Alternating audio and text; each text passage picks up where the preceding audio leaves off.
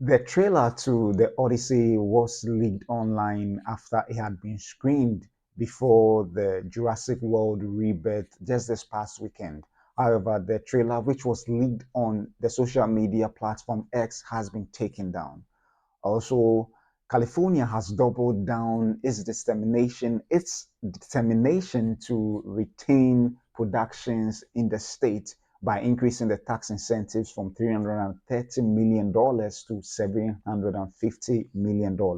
And also, Ivory Coast storytelling has taken center stage at the SICA event by backing the next generation of creators. These and more right here on the Film Mandate. I'm Papa Otu. Stay tuned.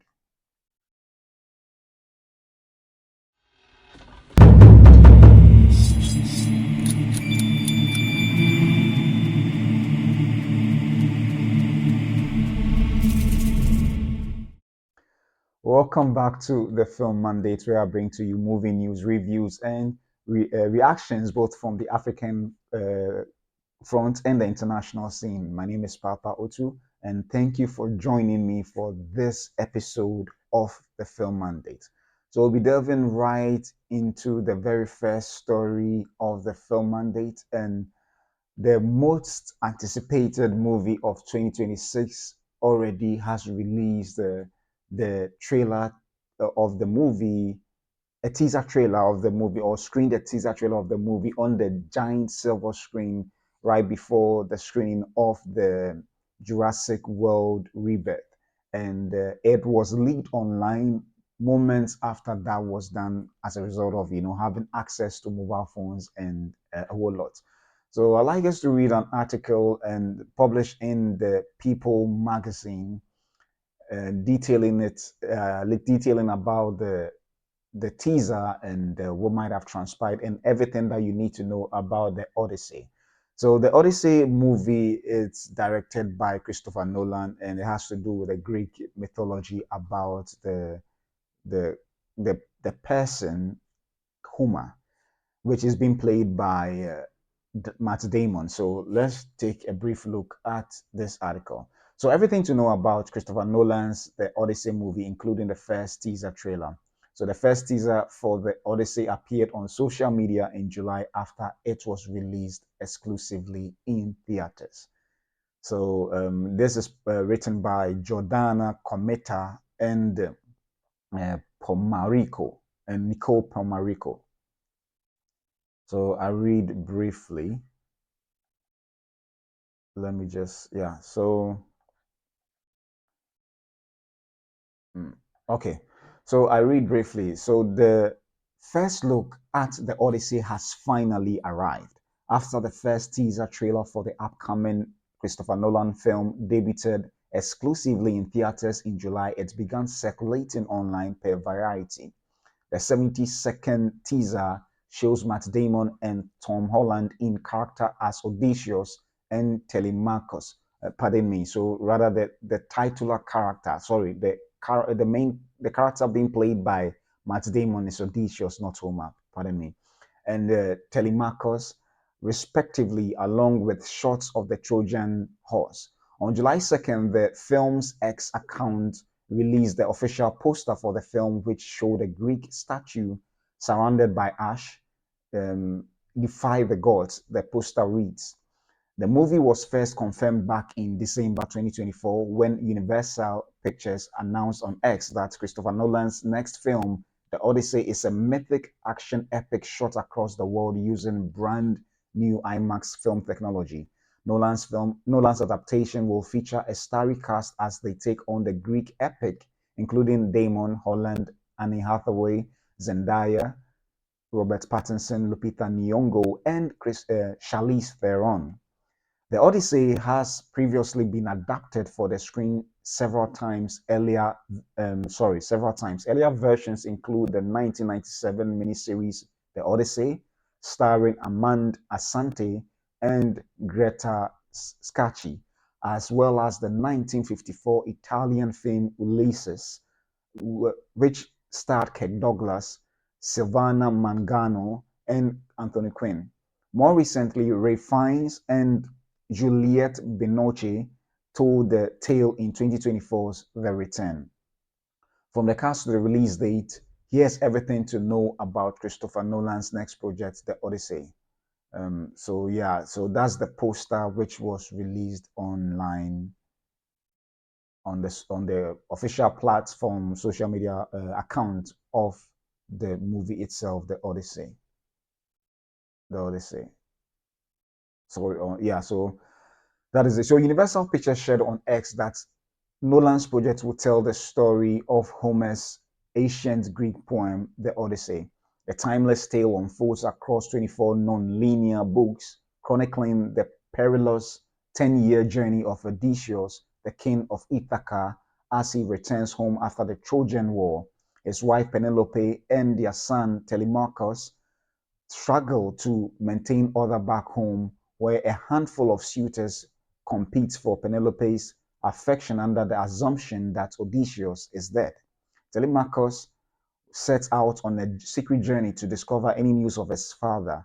He encounters Nestor and Menelaus, two men who fought with Odysseus in the war at Troy, and learns that he is still alive. Meanwhile, along his journey, Odysseus encounters iconic figures from Greek mythology, including the nymph Calypso, the sorceress Circe, and the Greek god and the goddess Athena, all while striving to reunite with his family after being held captive and facing multiple shipwrecks. Odysseus finally returns home to Ithaca, where he must devise a plan to rid his home of the suitors and take back control of his kingdom. So yeah, the cast of yeah. So let's find out more about the trailer. So the Odyssey premiered exclusively in theaters in July, playing ahead of Jurassic World Rebirth. Before long, the footage from the trailer leaked online, appearing on X and TikTok. The trailer opens with shots of the sea and a voiceover about Odysseus' victory in the Trojan War, per the New York Times. Darkness, Zeus' laws smashed to pieces. A kingdom without a king since my master died, a voice seemingly belonging to Pattinson's character says per Variety. He knew it was unwinnable war and then somehow won it. He won it. Then fancy Holland's Telemachus, who tells John Benthal, whose character hasn't been made public yet, that he has to find out what happened to my father. Then the teaser fast forwards to 1 year later before revealing that Damon's Odysseus is stranded in the ocean. So there's Matt Damon's character, Odysseus, dressed in his military garb. And the movie itself will be released next year, July 17th. Next year, July 17th. So that is how much the movie is being anticipated, and audiences are in a haste to even leak trailers online. And I think Christopher Nolan, who has been the advocate of the silver screen rather than, I mean, he doesn't mind the digital platforms, but he believes that the best experience to have for such films shot particularly in IMAX ought to be experienced on the big silver screen, because that's when you can really experience it to the fullest, have the full experience in the cinemas. So it was of no surprise that he wanted to air it in front of in the cinemas rather than just release it on the silver platform. Eventually, it's going to end up on the digital platform, obviously for promotional purposes, but he wants to screen it perhaps over and over in the cinema halls first before release on a digital platform. And I believe that this was a decision made by him and the studio Universal, who was also showing Jurassic World Rebirth, um, which is a production of Universal. So it's of no surprise that that is where they wanted to show it. But with the advent of phones and other technologies, it's made it quite difficult to sort of keep some of these things under wraps rather than having it blown out to the entire world. So Yeah, the movie, I mean, Christopher Nolan has always been a box office draw. So every film of his that is coming out comes with a lot of anticipation. And Christopher Nolan is able to keep under wraps much of his project way before it's released, so that most often when it's released, you may know just a little that is revealed in the trailer.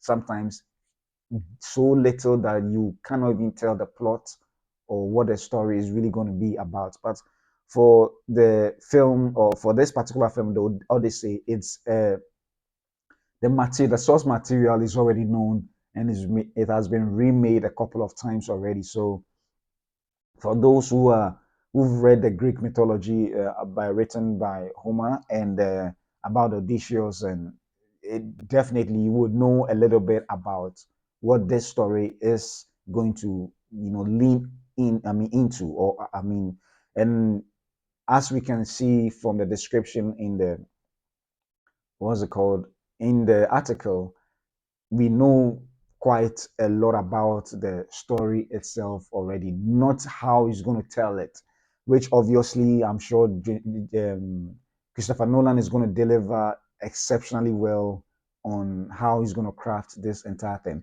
And talking about this particular production, it's it's a journey across the world, globetrotting to several locations to just capture the epicness of this particular shoot. And knowing who Christopher Nolan, I mean, how Christopher Nolan wants to approach his films from realistic shots on real locations rather than using a lot of green screens and visual effects. Obviously, a little bit to enhance some of the scenes, but he's always advocated for shooting on real life locations with real sets, costumes, and the whole lot. So it's interesting how we are all waiting to see how interesting that would be. There was even a shot of not a shot of the is it animatronics of the Cyclops character itself. So there's a lot that people are expecting to see of this particular production. We are all wondering how he's going to capture the grand scale of this entire story, and I'm sure it will be exciting when it's finally released. So the Odyssey, as well, as we've seen, will be released next year, almost as a year today, or almost a year this month, because it's going to be released in July 17th, 2026, and I'm sure by such time, these trailers would have been officially released online for all of us to see. So, as it stands now, the trailer has been scrapped offline, so you cannot see it anywhere online. And then, well, maybe for the best of it. So, we'll be looking forward to the Odyssey released in July 17th, 2026. So, let me know your thoughts on this particular development in the comment section below. So moving on from there, from Christopher Nolan's film Globetrotting, shooting all over the world, California as a state hope that is not the case.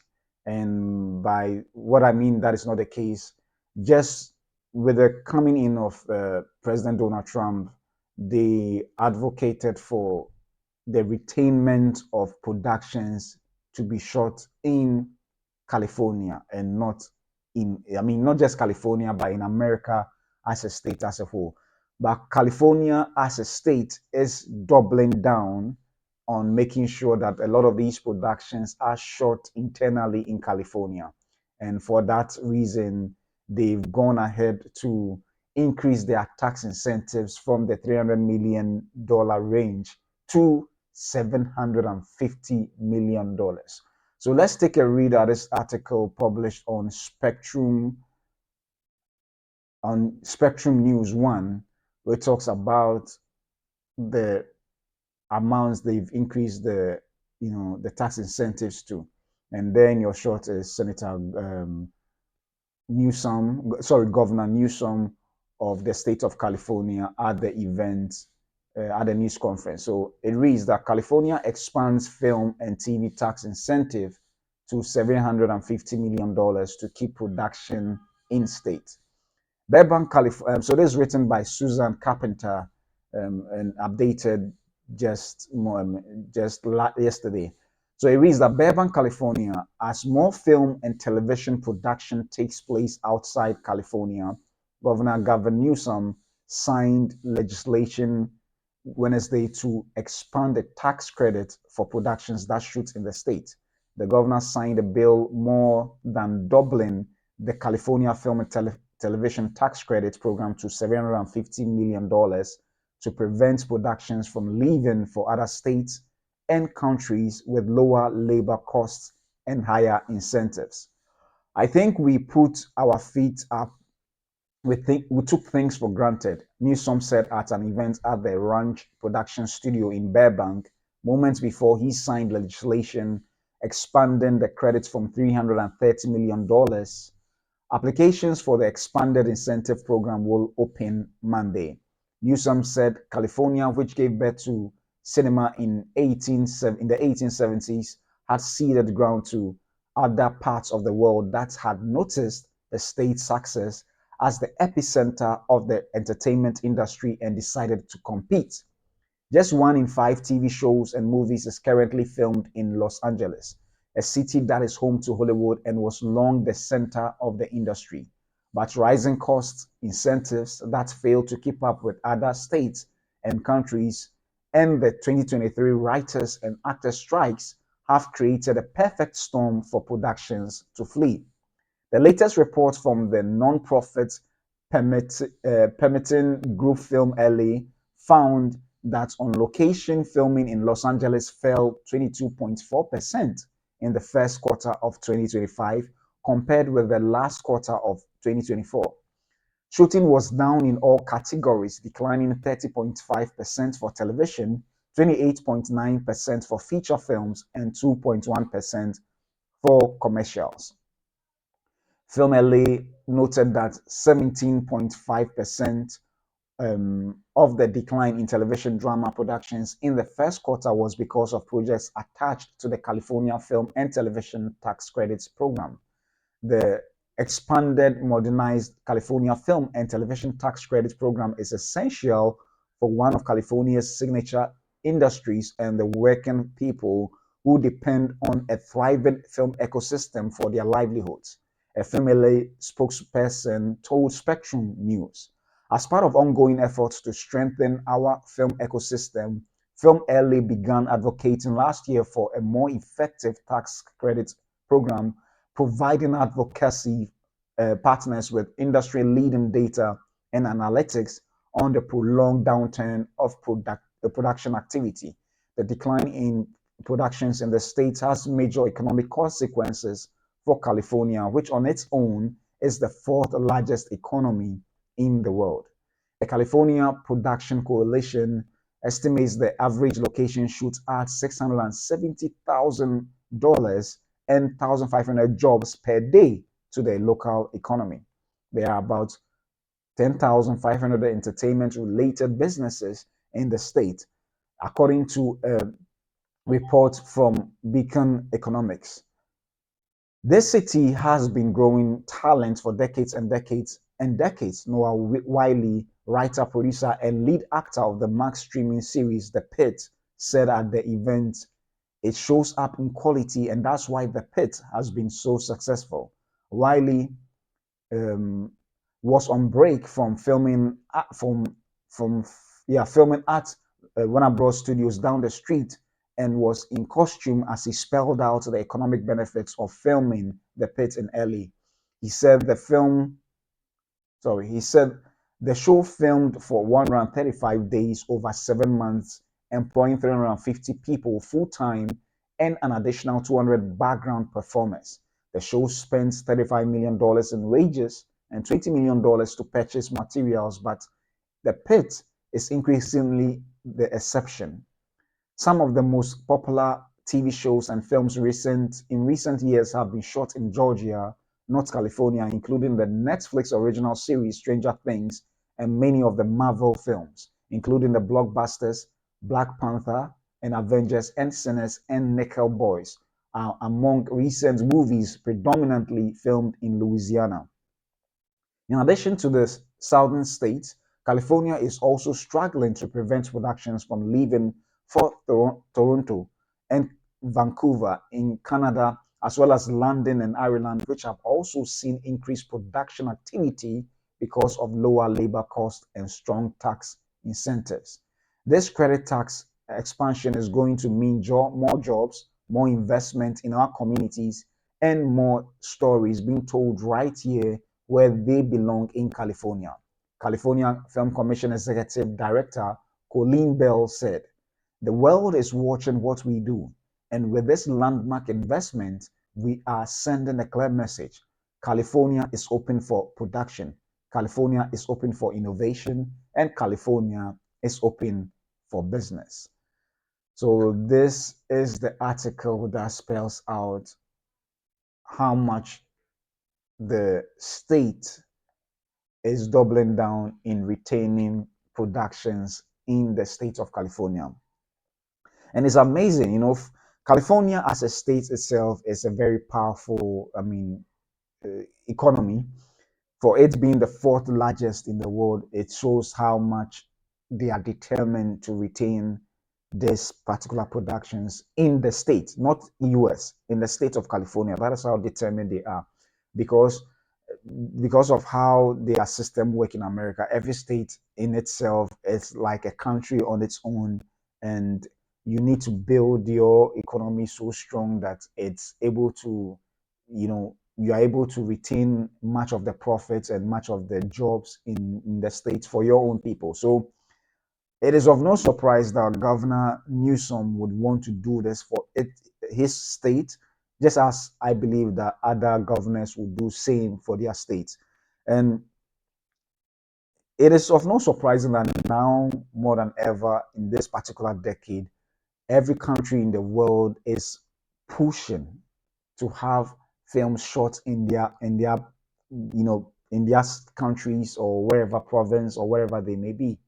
And as a result of some of the tax incentives being provided by these countries, it has sort of won over jobs, not just from America as a whole, but mainly from California as a state. So a lot of the productions, just as they gave the numbers, the statistics, productions across board, whether from film or television or perhaps digital platforms, has sort of dwindled in their numbers from California to other states or other countries like London, Canada, Australia. And just as Donald Trump was advocating for, the intention is to make sure that a lot of these films are shot in America or are shot in California, and that is what they are, gunning for, to ensure that a lot of these productions, instead of being shot outside, are shot in the state of California. And the reason being that a lot of these countries are really incentivizing um, production companies to ensure that they come there to shoot. And the cost of production for a lot of films are relatively far cheaper in other countries than it is in the state of California. So, or even in other states than the state of California. So it makes it a little difficult for some of the productions with certain budgets that they cannot possibly afford to shoot in California will prefer to shoot outside California. So this indeed is a good, initiative by the state of California if they want to retain a number of the productions in that particular state. And I think to double down by increasing the 330 million tax credit to 750 million tax incentives makes a lot of sense to want to do so to be able to retain these productions in the state. So, I mean, good for Governor, Newsom and the state of California, and I'm sure perhaps the aftermath of it, we're going to see the ripple effect of what they've done. Just as they said, the office for the application to, for the office where you can apply to some of these tax incentives would be fully opening on Monday for to receive a number of these applications for such to be done. So, yes, California is fighting aggressively to maintain productions in the states of California, which once happened to be the epicenter of productions all over the world, from the 1800s to the 1900s, and in the 2000s is facing a lot of competition from other states and other countries. So, yeah, it will be interesting to see in the coming days how things are going to evolve from what we currently see or what we currently know. So yeah, kudos to them, and let me know your thoughts on this particular story. You can drop your comments in the comment section below. Let me know what you think, whether this is going to work or productions will still keep going to other countries, regardless of the $750 million incentive that Governor Newsom and the states have put in place. So moving on from Hollywood to Africa, SICA, an event that took place in Ivory Coast, has come to an end, but came to an end with a very, a good initiative by backing the next generation of creators. And this can be found in the Variety article that talks about the event. So let's read it. Ivory Coast storytelling takes center stage at SICA as government backs next-gen creators, written by AC Asibu. So these are those who won for film or television creators who won some funding for their production. So Abidjan, Ivory Coast, in the glittering ballroom of Abidjan's Sofitel Hotel Ivoire, the pulse of Ivorian creativity was palpable as the 2025 edition of the International Salon for Audiovisual Content, SICA, came to a close with the much anticipated award ceremony of the pitch competition, an initiative spotlighting the next generation of storytellers from across the African region. As part of SICA's third edition, the Ministry of Communication and the Media Support and Development Agency issued a call for pitches encouraging filmmakers, producers, screenwriters, and content creators to submit original projects across film, television, and digital formats as part of the SICA Business Hub. Four categories: professional fiction, amateur fiction, documentary, and alternative formats gave emerging and established creators the chance to pitch their projects before a jury of industry professionals led by Ivory Coast TV presenter and producer Patricia Kalu. So on June 26th, night one of the salon, participants had just 5 minutes to make their case. Some used audiovisual support, others opted for more dramatic renditions of their pitches, transforming themselves into the characters their projects have created. The audience responded enthusiastically, showering the most compelling pitches with rousing ovations, though every presentation earned praise. The winners were unveiled during the next evening's star-studded closing ceremony, attended by Ivorian government ministers and international guests. In the professional, sorry, in the professional film and series category, Frank Vlehi took top honors with Manley, a drama praised by the jury for its strong cinematic potential and narrative mastery. The project earned him a development grant of 25 million CFA francs, approximately $45,000. Rooted in a West African legend, Manley weaves a historical and spiritual tale of a young girl born to be sacrificed for the survival of her village. As past and present converge, the film reflects on memory and tradition. Reflecting on the inspiration behind Manley, Vlehi shared the chance to tell a story rooted in Ivorian tradition, a living legend from our own history, moved me deeply. He continued, if we don't tell our stories, if we don't claim them as ours, others will come and tell them for us.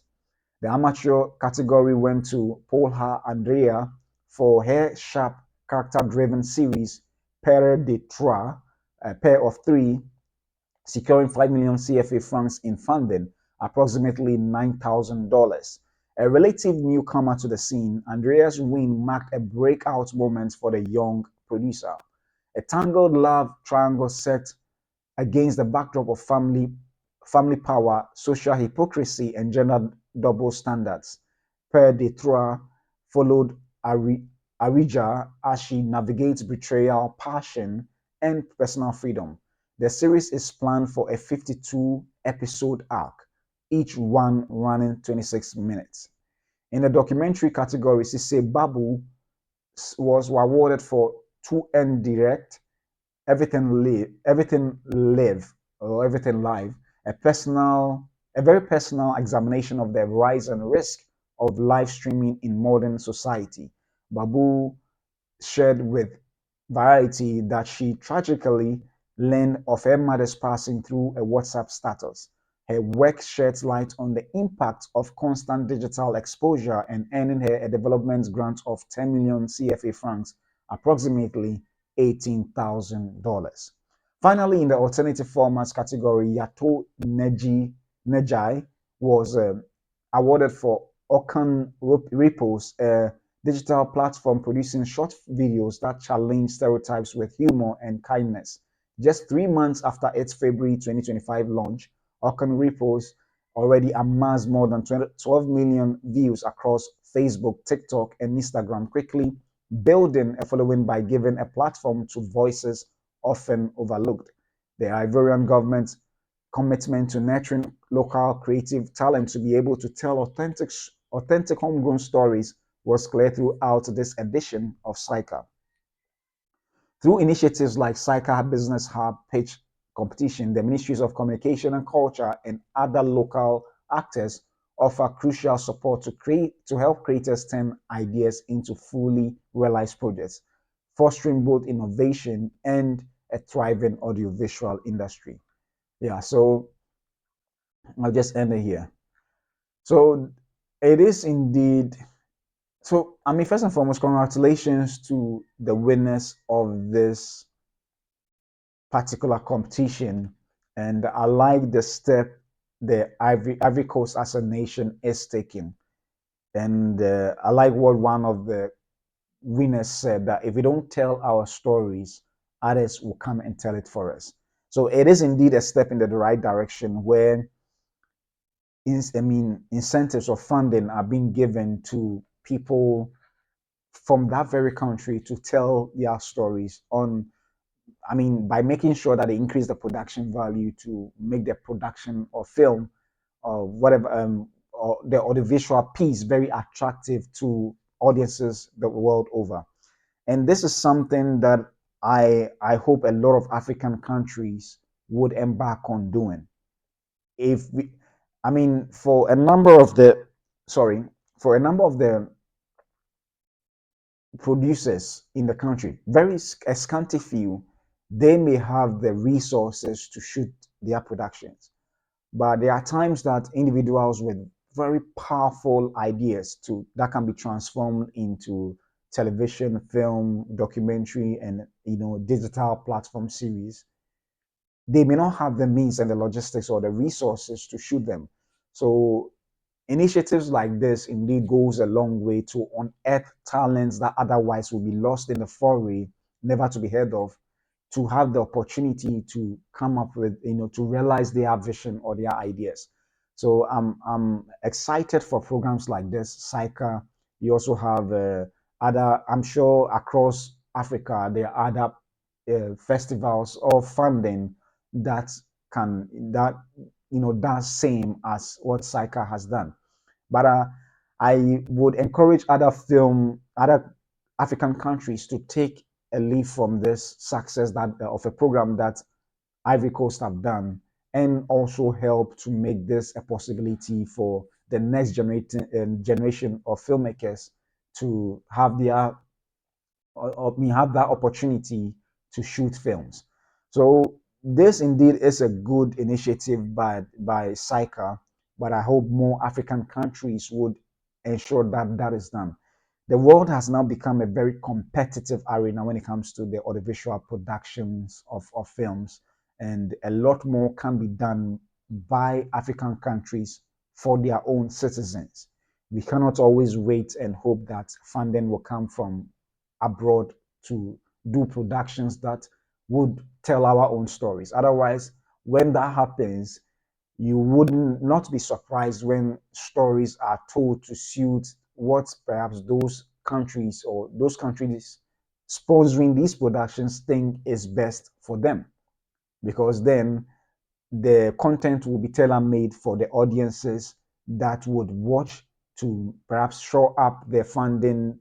I mean, to make sure that the funding is reimbursed, or even if it's not reimbursed, it will then suit those who are for support in one way or the other.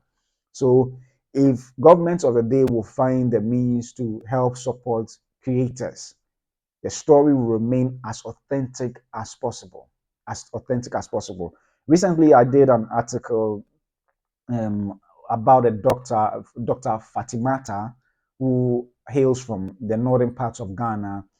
She did an article that spoke about how the cultural price of filmmaking in Africa has become so high because most of the funding or the platforms on which these things are put on are foreign based, like the Netflixes and Amazon. And that is not even a problem. But the challenge now happens to be that because it is being funded by these foreign agencies, at the end of the day, for them to maximize their use or maximize their profits from these productions, it has to be tweaked, to suit the audiences who would pay for them. And most of these audiences that will pay for them are not in Africa. Are not in Africa. They are in Europe and the US and other places. So if these initiatives are taken, it will then reduce that, influence where African stories will be authentically told to suit the African audience. And then with the hope that all these economies in Africa, improves, people would then have the means to pay for, the opportunity to watch these films on these digital platforms so that we support our own. So there's a lot government can do. It's not just to support the industry, the film industry alone, but if all these countries they can improve in their economies, African stories will be told authentically without sacrificing the cultural, part of it, in order to be for us to be proud of the stories we have. So kudos to Ivory Coast, the government of Ivory Coast, for making this a possibility. And we hope that across board, all African countries will have a form of competition like this that can support their own with some form of funding. So let me know your thoughts on this one in particular. Drop your thoughts, your comment section, your opinions in the comment section below, so that we can keep this conversation going. So this wraps up my stories for today. I hope you enjoyed this particular episode, and thank you so much for joining me for today's episode. I'll be coming your way again with a couple more stories tomorrow in tomorrow's episode. So thank you so much once again, and I'll come your way tomorrow with another episode of the Film Mandate. I'm Papa Otu. See you soon.